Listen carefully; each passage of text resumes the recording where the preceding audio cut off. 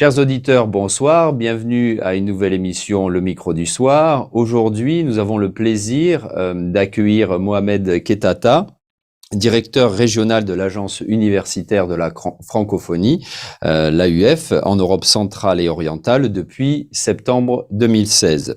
Docteur de l'École centrale de Paris, professeur des universités, Mohamed Kettata, vous avez été précédemment président, expert ou directeur de plusieurs commissions et conseils. Je ne vais pas tous les énumérer, sinon ça prendrait tout le temps de l'émission. Mais avant de vous poser quelques questions, j'ajouterai quand même que vous avez été décoré par la France. Vous êtes chevalier dans l'Ordre national des Palmes académiques. Mohamed Kettata, donc bonsoir. Bonsoir. Ravi de vous avoir dans le studio. Alors, je lis sur votre le site de l'AUF que les efforts de l'AUF s'orientent en premier vers le soutien du français comme langue d'enseignement dans les universités de la région et comme instrument de la coopération interuniversitaire. Il se concentre ensuite sur la mise en place des partenariats avec le monde professionnel afin de valoriser le français comme langue professionnelle et d'améliorer l'employabilité des jeunes. Alors, sur cette dernière partie, j'aimerais avoir votre opinion sur ce lien entre le monde universitaire et le monde de l'entreprise. Longtemps, on a un petit peu reproché au monde universitaire de ne pas s'adapter suffisamment à l'économie. Au monde de l'entreprise, il a fait beaucoup d'efforts et il continue, et l'AUF fait beaucoup d'efforts en ce sens.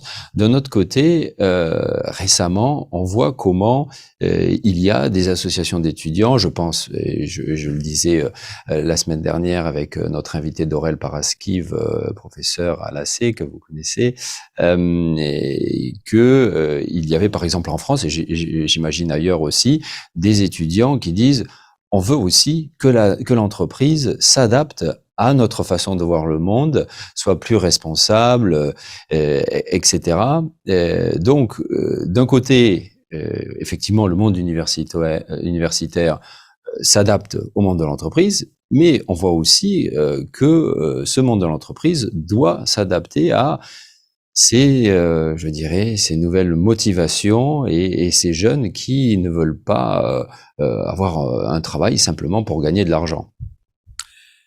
Merci infiniment pour cette invitation. Et ce qui est certain, c'est que le monde universitaire évolue en fait au quotidien par à la fois la nécessité justement de la nouvelle génération aujourd'hui. Le monde universitaire était jusqu'à maintenant plus ou moins axé sur à la fois la formation, la recherche et la gouvernance. Et depuis, je dirais, les années 2000, plusieurs programmes se sont développés, à la fois le développement des relations internationales, sans citer bien sûr plusieurs programmes, et particulièrement le programme Erasmus, et justement, l'insertion professionnelle. Et je trouve que c'est vraiment la cible première justement de toute formation universitaire. Aujourd'hui, cette formation universitaire est basée bien sûr sur le trièdre à la fois l'étudiant, le professeur et je dirais la gouvernance de cette université. Aujourd'hui, ce trièdre-là n'est plus suffisant. Il faudrait justement impliquer l'entreprise puisque l'entreprise est le destinataire premier justement de notre produit, hein, ces diplômés. Et aujourd'hui, je dirais que c'est très important que l'université se rapproche de plus en plus vers l'entreprise et que l'entreprise soit encore plus présente au sein de nos formations. L'insertion professionnelle doit être une priorité à nous tous. Et au-delà de cela, qu'est-ce que vous dites quand vous avez des étudiants, alors je ne sais pas si c'est le cas ici en Roumanie, mais quand il y a des mouvements d'étudiants qui disent on veut aussi un monde professionnel qui nous écoute et qui fasse attention à nos désirs professionnels qui ne s'arrêtent pas nécessairement simplement au salaire. Tout à fait. C'est pour cela que l'Agence universitaire de la francophonie a inscrit comme axe prioritaire, justement, c'est l'employabilité et la jeunesse. L'employabilité parce que justement c'est la continuité à la fois du monde universitaire et créer justement des liens forts avec les milieux socio-économiques. Aujourd'hui, c'est très important ce lien fort et pour nous, en Europe centrale et orientale, vraiment la jeunesse est au cœur de notre action au quotidien sur plusieurs programmes d'employabilité que nous développons et surtout aussi sur un programme, je dirais, relativement large, à la fois de mobilité internationale, mais également à des activités, en fait, au sein, je dirais, à l'échelle des différents pays, d'encourager les jeunes à monter des clubs, à se mettre en fait en association, à avoir des activités extra-universitaires, mais également des activités qui leur permettent aussi d'avoir demain la meilleure insertion professionnelle en étroite collaboration avec les entreprises de la région. Mhm.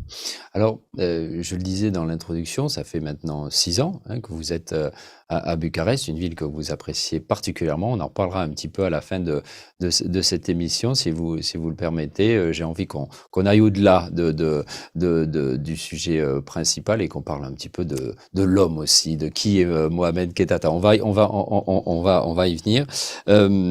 Sur ces 6 années, quels sont les 2-3 changements ou évolutions au sein du bureau qui vous ont le plus marqué?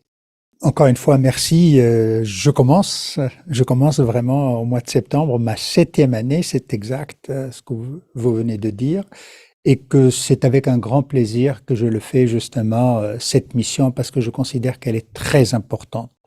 Elle est très importante parce que j'ai vu l'évolution en fait au cours des années et aujourd'hui. Notre priorité au sein de la région Europe centrale et orientale, et particulièrement en Roumanie, c'est d'encourager les universités à développer des formations professionnalisantes. Nous avons initié un programme, ça fait 2 ou 3 ans, non, ça fait, je dirais, 3 à 4 ans, un programme de formation professionnelle de type licence professionnelle. Ici, en Roumanie, nous sommes forts, justement, d'avoir des ingénieurs très bien formés. Nous sommes forts également d'avoir des sous-ingénieurs à bac+4 et bac+6. Mais il nous manque en fait un maillon important manquant dans les entreprises, c'est justement le grade intermédiaire de technicien. C'est pour cela, et c'était en fait à l'époque même une initiative de Airbus Hélicoptère à Brașov qui cherchait en fait des techniciens dans le domaine de l'aéronautique et spatiale. Et ce qui est vrai, aujourd'hui, on trouve des ingénieurs bien formés, mais peu de techniciens. Et l'idée est née à cette époque-là. On s'est dit qu'il falloir justement avoir ces formations courtes à bac+3. C'est aujourd'hui l'équivalent des UT également en France. Sur 2 points. Nous avons développé des licences professionnelles qu'on appelle ici, dans le langage, dans l'autre côté de l'Europe, on l'appelle alternance. Ici, on a choisi en commun accord, par exemple pour la Moldavie, à présence renforcée en entreprise. En Roumanie, c'est les formations duales. C'est des formations où l'entreprise est fortement présente, à côté, en étroite collaboration avec le corps enseignant. Ça a permis de créer des synergies, ça a permis de créer de l'employabilité, les formations professionnelles. 2, justement, développer les stages en entreprise, les stages en entreprise francophones. C'est un plus, justement, que peut avoir l'étudiant par rapport à différentes langues qu'il peut parler. Oui, la Roumanie est un pays francophone. La Roumanie est un pays aujourd'hui qui compte plus de 3 millions de locuteurs, même s'il a beaucoup baissé par rapport à une histoire récente, mais reste un pays très francophone. C'est vrai, j'ai choisi justement aussi la Roumanie et Bucarest en particulier, justement, pour intégrer cette direction régionale le 1er septembre 2016. Bucarest, c'est le petit Paris. Mais, au-delà des clichés et des appellations, c'est un pays vraiment qui se développe depuis qu'il a intégré l'Union européenne en 2007. C'est un pays qui a une forte progression. Je dirais, c'est un pays où aujourd'hui, par exemple, au-delà des locuteurs de cette belle langue, nous avons plus d'une centaine de formations francophones universitaires. C'est un pays où nous avons plus d'une cinquantaine d'universités adhérant à la francophonie scientifique et qui font partie de notre réseau. Pour nous, la Roumanie, c'est le cœur battant de la francophonie scientifique, je dirais, dans le monde. L'Europe centrale et orientale, c'est une région, je dirais, la deuxième après l'Europe de l'Ouest, après l'Europe occidentale. Mais l'Europe occidentale, si on enlève la France, il reste quelques universités, à peine la quarantaine ou la cinquantaine dans toute la vieille Europe. Aujourd'hui, dans cette région, nous avons plus de 150 universités membres réparties sur 25 pays où nous sommes présents. Et encore une fois, la Roumanie reste le pays le plus francophone qui mérite justement toute notre attention. Et vraiment, je dirais, il y a une dynamique qui se développe au quotidien. C'est pour cela que justement que la Roumanie reste pour nous le pays le plus important et nous lui accordons toute notre attention. J'entends bien ce que vous dites. Vous parlez de techniciens qui étaient nécessaires et disons ce corps intermédiaire qui est aujourd'hui davantage pourvu et le bienvenu. Maintenant, Mohamed Kettata, quel est pour vous l'avenir des sciences sociales au sein de l'université? Mais pour moi, justement, toutes les sciences ont leur place vraiment dans le paysage d'abord universitaire. La preuve que dans ce pays, je dirais presque sans exagérer, à égalité, la présence en fait des sciences sociales, sciences humaines et sociales en général. Il y a les sciences et techniques. Il y a un autre champ, justement, tout ce qui est juridique, droit, économie, gestion. Et bien sûr, il y a les sciences de la santé. C'est vrai que la Roumanie a une culture aussi très ancienne, ancrée à la fois sur les sciences sociales et à la fois ancrée sur les sciences et techniques. Nous avons l'agence universitaire de la francophonie en Europe centrale et orientale a soutenu pendant, je dirais, plus de 20 ans les sciences humaines et sociales, a été à l'origine même de la création de certaines écoles doctorales. Aujourd'hui, il est vrai que les sciences se développent, la région également se développe et tout notre soutien va d'abord justement à des appels à projets. Ces appels à projets, l'expertise est transparente, puis le financement également transparent pour l'ensemble du monde universitaire. Encore une fois, pour moi, les sciences humaines et sociales continuent à avoir une place entière. La preuve que nous voyons l'émergence de plusieurs initiatives, au-delà, bien sûr, de ce qui se fait en fait en Roumanie. Cette semaine seulement, nous participons en fait à une réunion importante pour la mise en place d'une école doctorale en sciences humaines et sociales dans les Balkans occidentaux.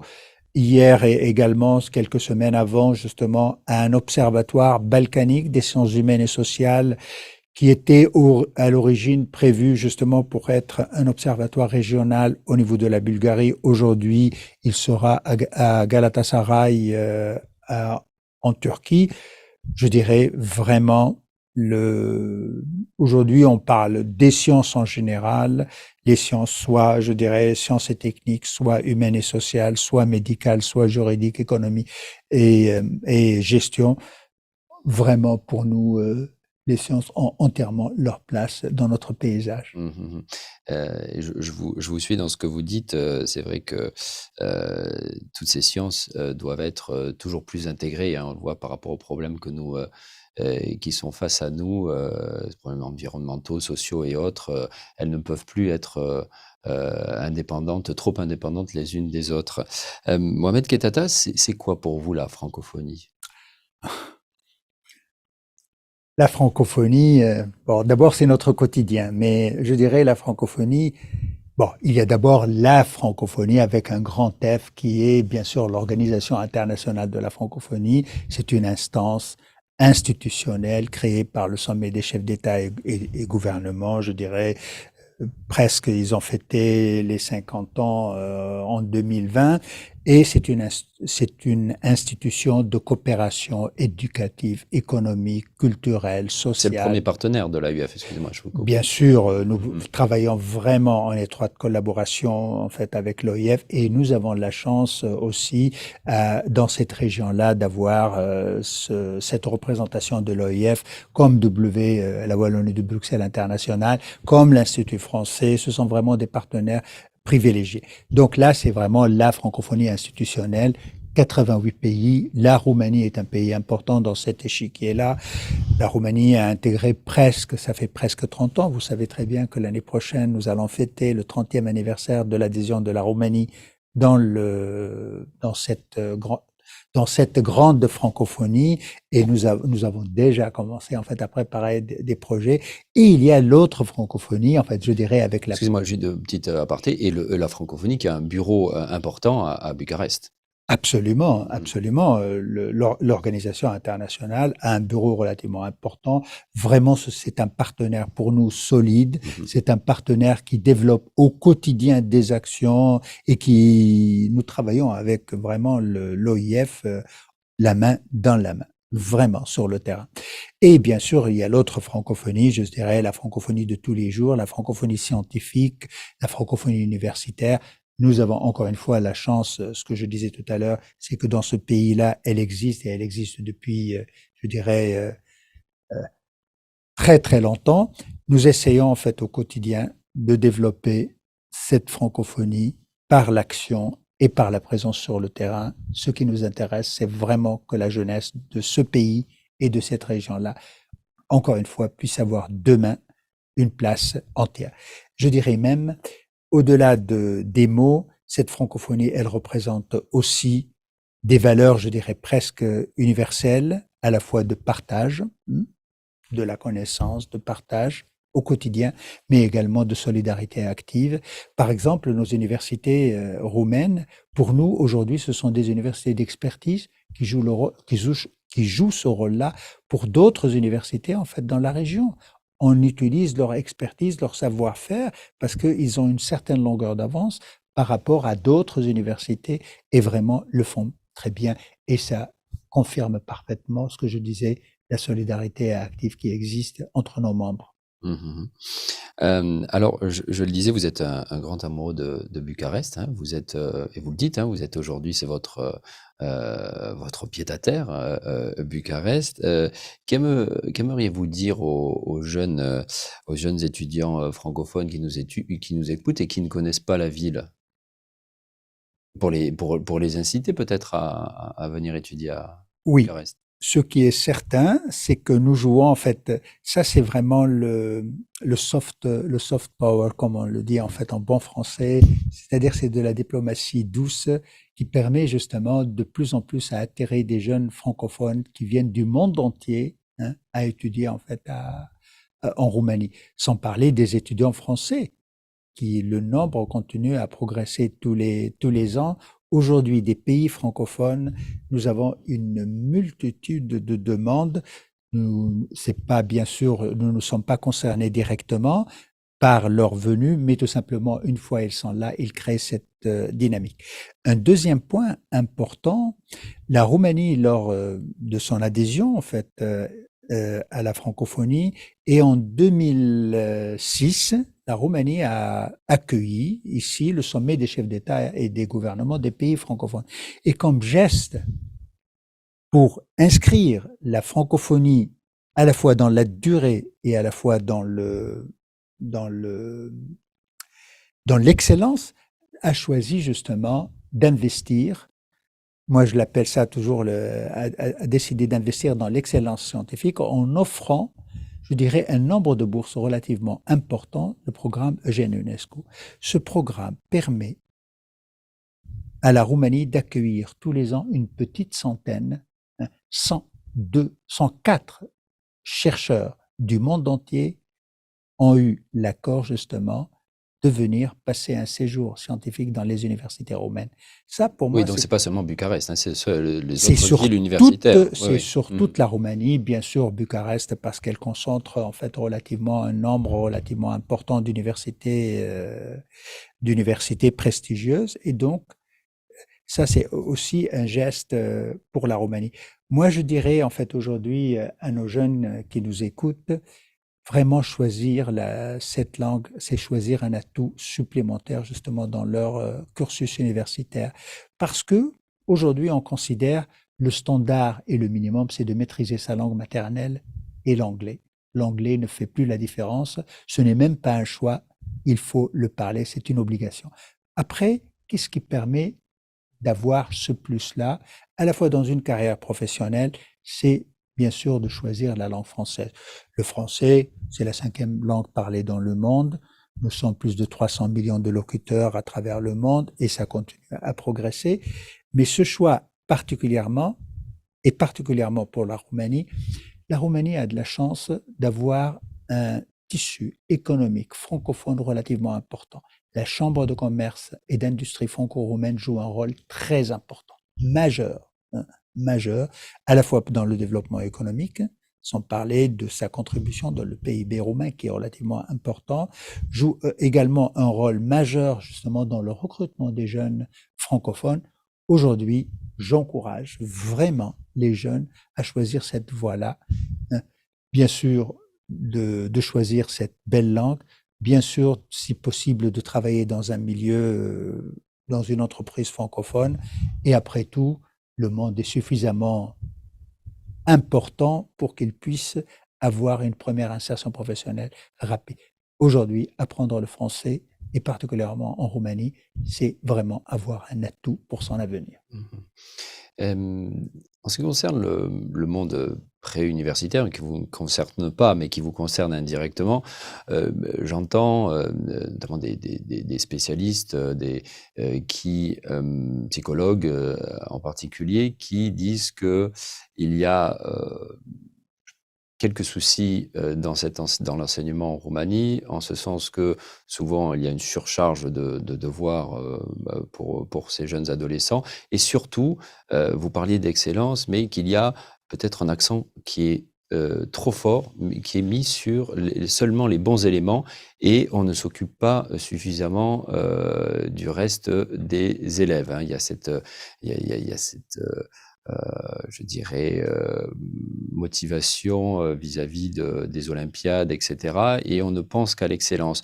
Est-ce que vous, pour les universités, vous avez envie de lancer un autre message, qu'il faut évidemment de l'excellence, mais que même les étudiants moyens doivent avoir leur chance? Certainement, le système éducatif roumain continue à évoluer vraiment régulièrement et progressivement. Nous avons de la chance en Roumanie d'avoir, par exemple, un corps professoral de langue française extrêmement performant. Extrêmement performant, et la preuve que justement, il bénéficie justement du soutien de toutes les organisations francophones, de l'État et justement même de l'Association internationale des professeurs de français.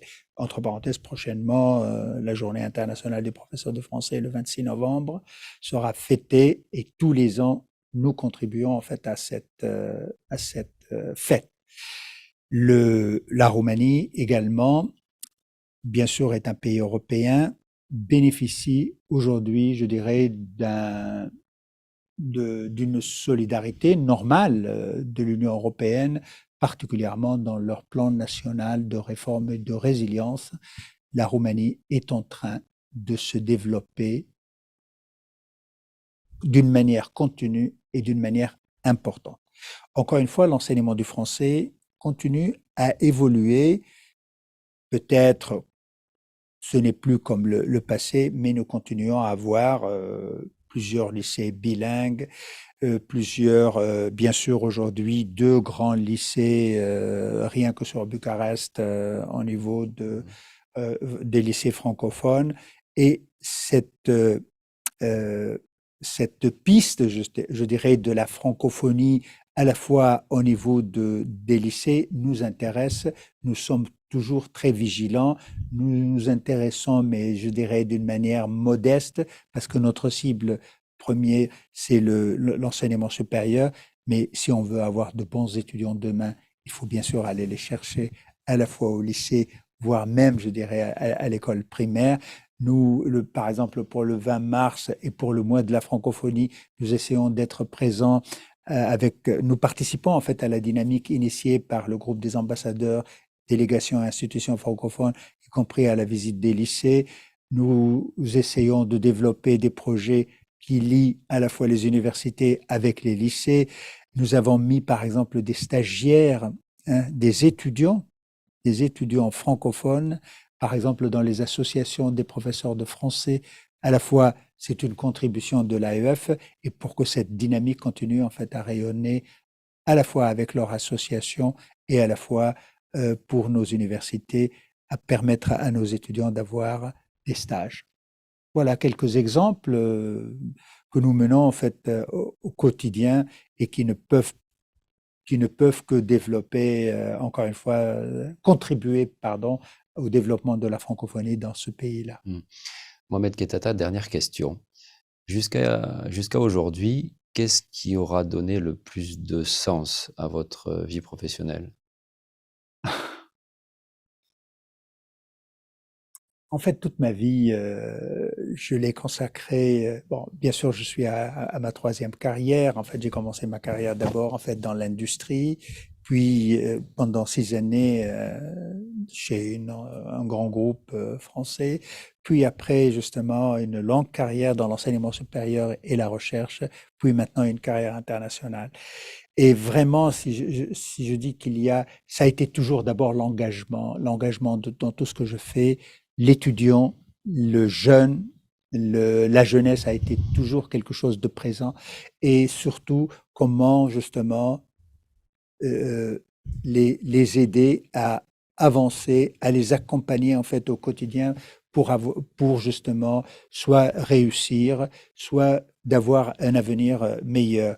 J'ai participé quand j'étais en France et je dirais dans quelques pays du monde, par exemple, à contribuer avec les milieux socio-économiques à avoir une meilleure insertion professionnelle. Par exemple, les entretiens de l'excellence qui existent en France et maintenant presque dans une vingtaine de pays à travers le monde, c'est-à-dire comment être toujours à la disposition des jeunes pour mieux les accompagner. Donc ça a été vraiment pour moi un engagement personnel, mais également quelque part au fond de moi-même, c'est partager mon vécu, comment je suis arrivé là, et je dirais peut-être par l'exemple, ça pourrait créer en fait quelque chose en fait auprès des jeunes. Et bien sûr la solidarité, vous savez, parfois il suffit par quelques mots, hein, par quelques gestes, hein, par quelques pistes qu'on peut ouvrir pour un jeune, et vraiment ça lui ouvrira un avenir et presque l'autoroute au niveau de son éducation. Merci Mohamed Kettata d'avoir été avec nous ce soir. Et chers auditeurs, je vous dis à la semaine prochaine, même endroit, même heure. Cet entretien, vous pouvez le retrouver sur le site rfi.ro ainsi que sur la page Facebook de RFI. Merci à vous. Bon week-end, week-end placote.